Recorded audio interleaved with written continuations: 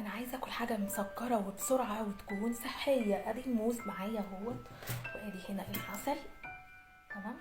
وهنا كريم كراميل، وهنا نوتيلا. كل ده موجود في بيوتنا، هو موجود بصفه مستمره. ممكن ان احنا نستغله في ان احنا نعمل حاجه مسكره وحلوه وسريعه.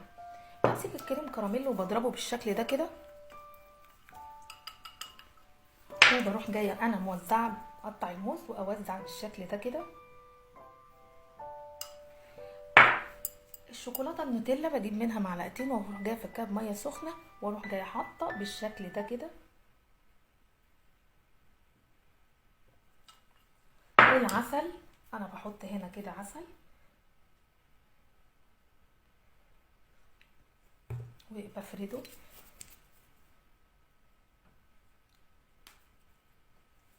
وبجيب المكسرات، اي مكسرات موجوده عندي في البيت.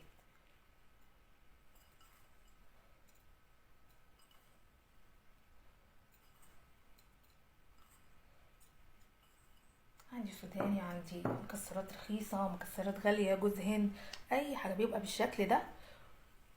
وفي النهايه الطبق بيبقى بالشكل ده كده.